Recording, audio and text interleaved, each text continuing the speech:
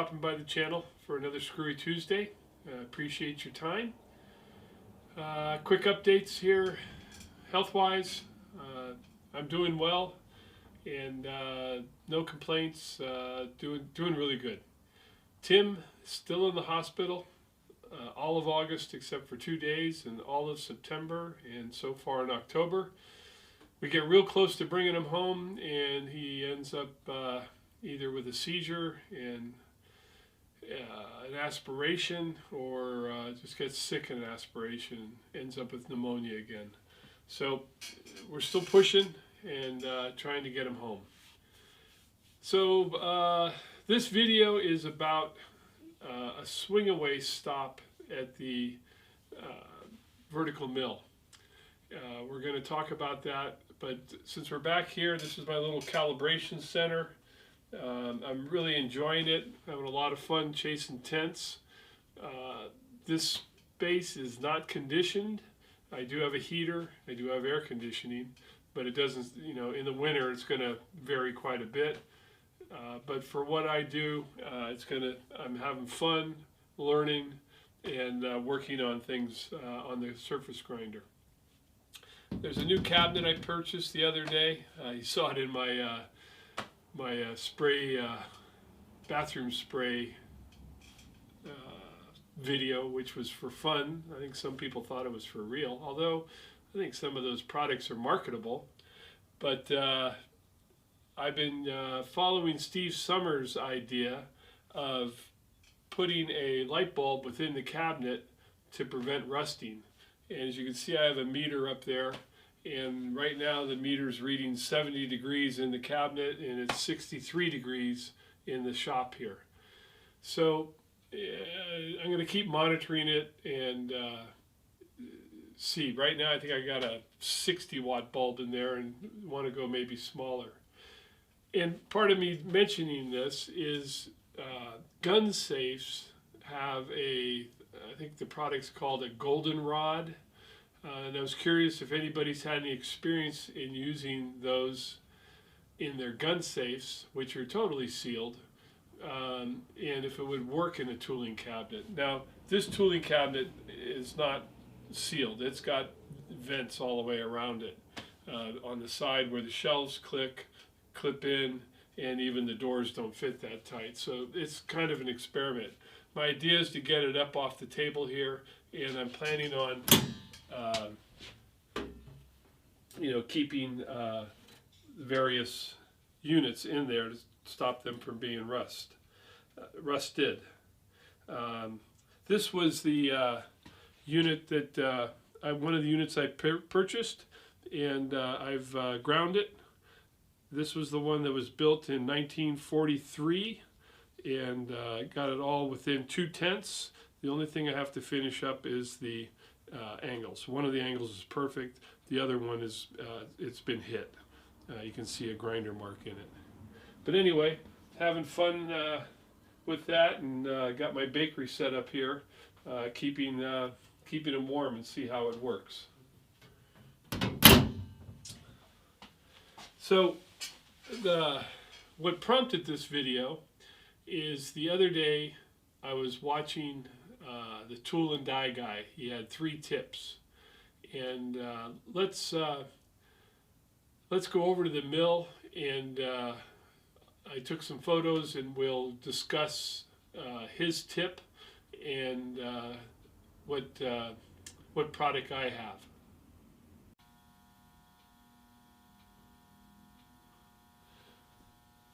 Well, let's start off with some vise stops here. These aren't swing away, but I thought I'd show it to you. These are a collection of small vise stops that mount on the back jaw for stopping work. I've shown these before.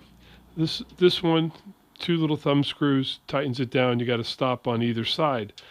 Well, my buddy Chewy showed me this trick. Now, he may have even made these and gave them to me. But basically took one of these and cut it in half. Now you have a left and a right, and a much smaller vise stop. I like these more than I like these. I'm not a fan of having to chase down an Allen wrench to tighten something down. And you'll see further on in the discussion here, it's not my favorite thing to do. So anyway, I thought I'd show these little stops. They're very handy, used all the time.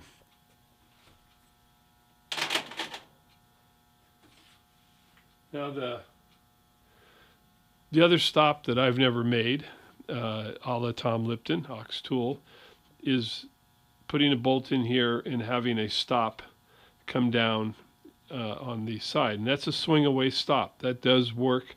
It's repeatable. Myself, I use a scale, and I just hold a scale there and I touch the scale to get my stop there. One of these days when I have the vise off the table, I'll probably drill and tap and copy Tom. Myself, I have a DRO, and so this back corner right here is typically set in the absolute mode as 0, 0.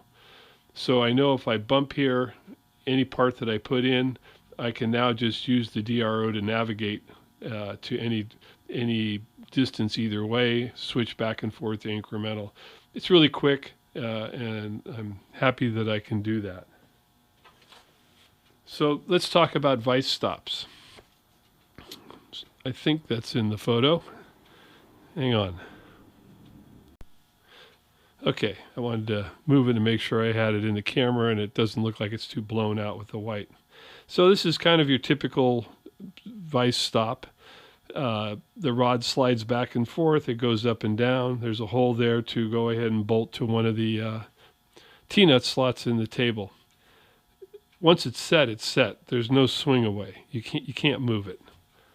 And I've got one of these down in my drawer in my collection. What got me in this whole subject and wanting to do a video is this is a snapshot off the toolanddie.com, and he just did a recent video of three lessons or 3 tricks or whatever you want to call it. And I went, wow, that's great, and I got to build myself one. And I probably will build myself one, but here you should go maybe watch it. He had 3 good tricks on there, but here you can see it bolts down to his pallet, or it could bolt to a table, and the block there is so when the stop is swung away, it just stops against that block. And then, so excuse me, right now the stop is out of the use, and when he swings it back over and it touches the block, the stop now is ready to be used, and then he can swing it away. Watch the video if I got you confused. Anyway, my first thought was I'm going to build one of these. Then I said, well, I actually have something, so do I have to build one of these? And I was pretty excited about building it. And then I realized that, yeah, I do need to build one of these, because my swing away stop that I have right now only works on the vise. I could be further down the table and need to stop a long part and have a swing away. So this will be an upcoming build. Now, talking about upcoming builds, as I searched the web for a swing away, I found this company, Jergens, and they sell a swing away. This one's being sold through MSC, $108 if it's coming on the screen there. And basically it's very similar to what the tool and die guy showed. I don't know about having to thread a knob that far. I would end up putting a set screw in it. But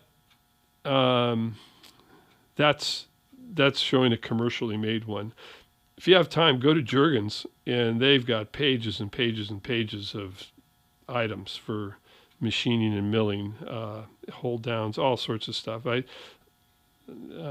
must have spent a half an hour looking through their catalog. So we're talking about a swing away vise stop. And as I did my search, I came across, come on, Edge Technologies.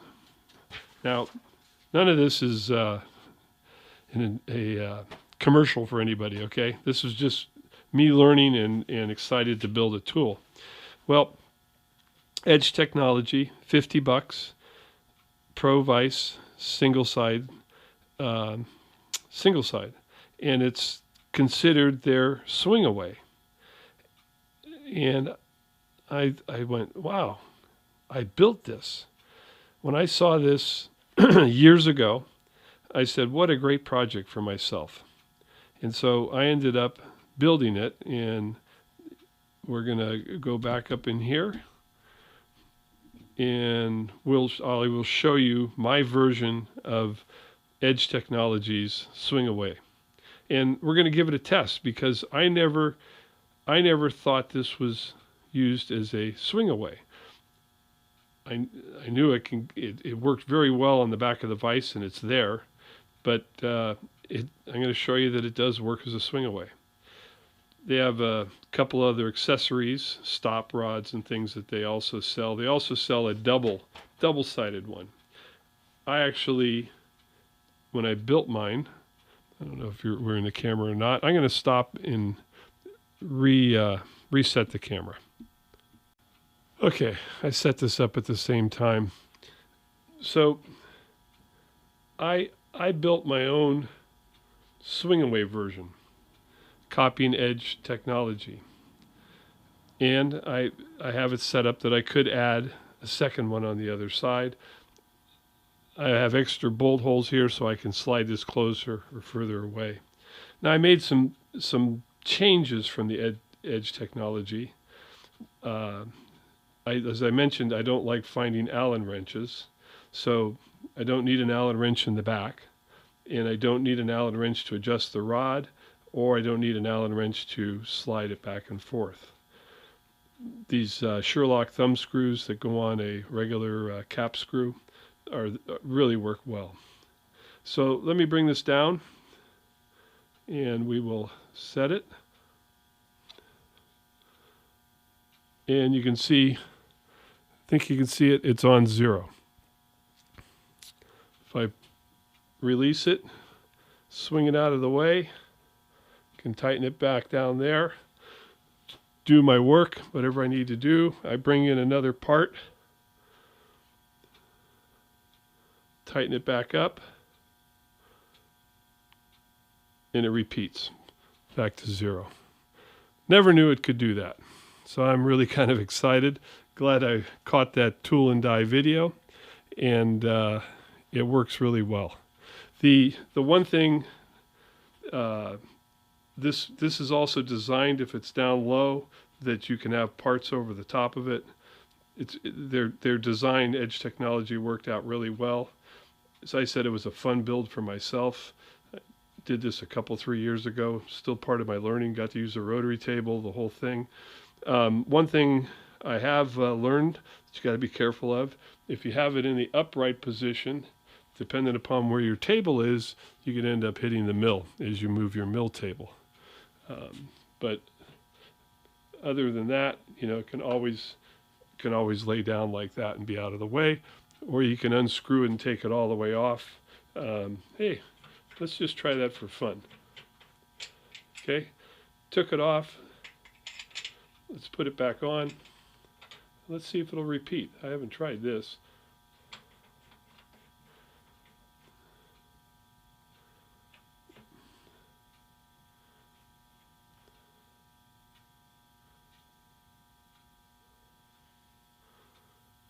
Hey, bingo. How about that?